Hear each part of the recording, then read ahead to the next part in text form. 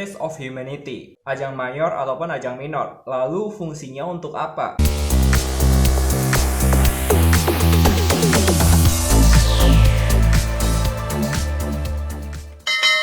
Sebenarnya banyak banget yang request salah satu requestan ini dan topiknya tentang Miss Face of Humanity ini. Spesialnya kali ini gua bakal kabulkan permintaan kalian. Ura, permintaan kali ya. Nah, kemenangan dari Nadia Choa kayaknya benar-benar memberikan warna segar, warna baru, serta aroma-aroma perpageantan yang benar-benar fresh gitu bagi para pelaku pageant dan juga pageant lover di tanah air. Enggak terkecuali di ajang Miss Face of Humanity ini. Dan terkesan ini ajang tuh benar-benar kayak baru banget nggak sih? Ya, seperti kita tahu bahwa dunia perpageantan Indonesia, khususnya di bagian hayati-hayat non-nusantaranya, di mana Indonesia tuh lagi berkembang biaknya untuk para hayati-hayatno karena memang dunia perpageantan juga lagi tumbuh-tumbuhnya tuh, Wak. Bisa dibilang ini tuh perkembangannya kayak mau menikung dari garis start dan finishing dari negara atas Sulawesi nggak sih? Nah, ini tuh nggak terkecuali karena memang prestasi Indonesia baru-baru ini juga muncul akibat adanya kemenangan dari sebuah ajang baru. Yaps, Miss Face of Humanity yang digelar di beberapa waktu lalu, tepatnya di Kanada, Wak. By the way, kalau dilihat dari backgroundnya dan beberapa sumber yang gua cari di internet, belum banyak tersebar nih dari informasi apapun tentang ajang Miss Face of Humanity ini. Well, basically ketika gua cari di Wikipedia, ternyata ajang Miss Face of Humanity ini adalah sebuah ajang yang diciptakan untuk mencari perempuan-perempuan hebat di dunia untuk mengemban dan mengamanahkan isu kepemudaan dan juga hak-hak wanita yang terdapat di internasional, kayak woman empowerment di dunia gitu. Bisa dibilang kalau misalnya ada ajang-ajang miss-missan yang berpacu dalam dunia pariwisata, Miss Face of Humanity ini lebih berfokus kepada ajang kepemudaan kali ya. Dan specifically kalau misalnya ada beberapa pencarian putri internasional yang berfokus kepada Kementerian Pariwisata, Miss Face of Humanity ini lebih bertujuan kepada pemberdayaan pemuda dan di bawah Kemenpora mungkin.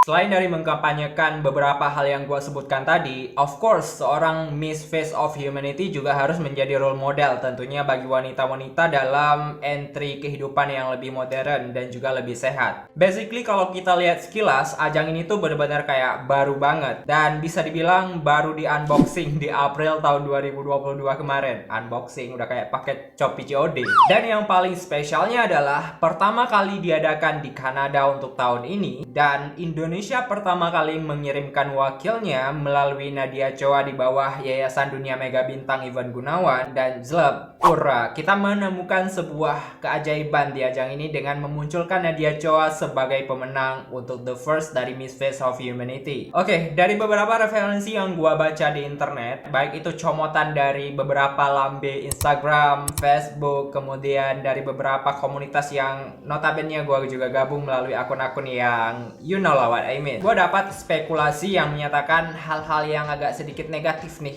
dari orang-orang di luar Indonesia sendiri, khususnya dari negara-negara atas Sulawesi sana. Ya you know lah seperti apa kiprahnya. Mereka tuh seakan-akan mengatakan bahwa Indonesia nggak pantas menjadi pemenang dari Miss Face of Humanity. Dan ada kutipan-kutipan yang kayak menyatakan bahwa Nadia Choa sengaja dipilih oleh organisasi Miss Face of Humanity untuk menaikkan dongkrak dan ranking dari Miss Face of Humanity yang baru seumur jagung. Katanya sih seperti itu. Ya, intinya kayak pencitraan dan juga cari muka untuk organisasinya. Is that true? Tapi kali ini gue nggak akan bahas terlebih dahulu penjelasan dan klarifikasi seperti apa. Kali ini kita bakal kenalan dulu sekilas tentang sosok dari Nadia Choa, seorang pemenang dari Miss Face of Humanity dan sekaligus menjadi top 5 dari Miss Grand Indonesia tahun 2020 lalu. Dan pastinya kita bakal kerucutkan nanti apakah benar kalau Nadia Choa dipilih oleh organisasi Miss Face of Humanity hanya untuk menaikkan popularitas dari ajang baru ini.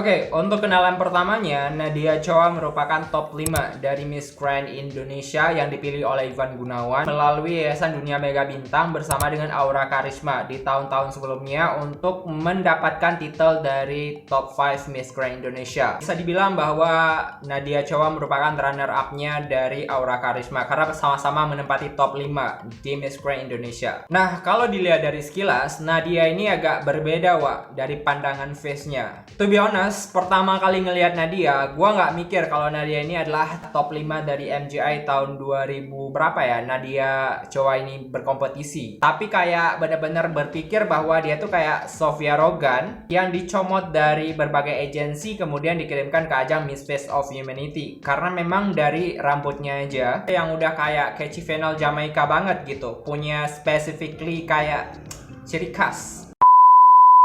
Ditambah lagi, Wak, gue mikir kalau Nadia ini adalah sosok yang kalem-kalem amat gitu. Kayak diam-diam mematikan, nggak ada sesuatu yang ditonjolkan, tapi benar-benar berprogres. Nadia Ingrida Choa atau Nadia Choa lahir pada tanggal 17 Juli tahun 1994. Dan karena memang udah terlahir dari tahun 1994, tentunya udah banyak banget nih perjalanan karir dari Nadia Choa. Mulai dari modeling, kemudian berbagai pengalaman ikut beauty pageant di internasional, dan sebagainya. Jadi udah nggak ada diragukan lagi kalau misalnya dia memenangkan ajang ini, Wak. Kalau misalnya dilihat dari background pendidikan, Nadia Choa ini nggak ketinggalan juga karena memang bener-bener lulusan dari salah satu universitas, dan pantas aja kemarin tuh dia dapat best speech nggak sih kalau misalnya di ajang Miss Face of Humanity. Nah, bersumber dari Wikipedia, gua dapat informasi bahwa Nadia juga pernah berkompetisi di ajang Miss Chinese World di tahun 2017 lalu, dan tentunya ini tuh kayak bisa menggambarkan bahwa ajang ini bukan ajang pertama lagi diikuti oleh Nadia Choa untuk tingkat internasional. Jadi kalau misalnya ada isu-isu yang mengatakan bahwa sebenarnya Nadia Choa nggak pantas menang, itu adalah salah besar. Ura, sebuah rumor yang benar-benar kayak dibangkitkan kalau misalnya MFOH organisasi pengen dongkrak popularitasnya kepada pageant lover Indonesia, itu adalah nggak benar sama sekali, Wak. Dan tentunya Nadia Choa benar-benar pantas kok menjadi pemenang, dan kalau dilihat dari beberapa kontestan lain, Nadia benar-benar kayak menonjol banget di berbagai persiapannya. Benar-benar dipersiapkan dengan matang oleh Ivan Gunawan sebelum berkompetisi di ajang Miss Face of Humanity 2022 ini. By the way, gengs, atas keluarnya Nadia Choa sebagai pemenang dari Miss Face of Humanity, artinya udah ada 3 nih ratu kontes kecantikan terbesar di dunia, dan 3-nya itu berasal dari Indonesia, udah memenangkan mahkota pertama untuk Indonesia. Selain juga ada anak-anak dari Eljon Pageant dan juga beberapa anak dari lisensi dan agensi modeling dan pageant lainnya di tanah air yang juga mengharumkan nama Indonesia di kancah internasional. Tapi basically di sini tuh kayak gue prefer banget ada 3 kesamaan yang benar-benar kayak menggambarkan dari 3 sosok ratu ini, yaitu Kevin Liliana, Ariska Putri Pertiwi, dan juga Nadia Choa ini. Apa aja kita bahas satu persatu. Lanjut. Hal pertama yang bikin ketiganya sama adalah ketiganya merupakan pemenang yang bukan dari pemenang utama, Wak. Bisa kita lihat bahwa Kevin Liliana adalah juara 2 dari Bunga Jelita Ibrani. Kemudian Ariska Putri Pertiwi adalah juara 4 atau juara 5 sih di top PI tahun 2016.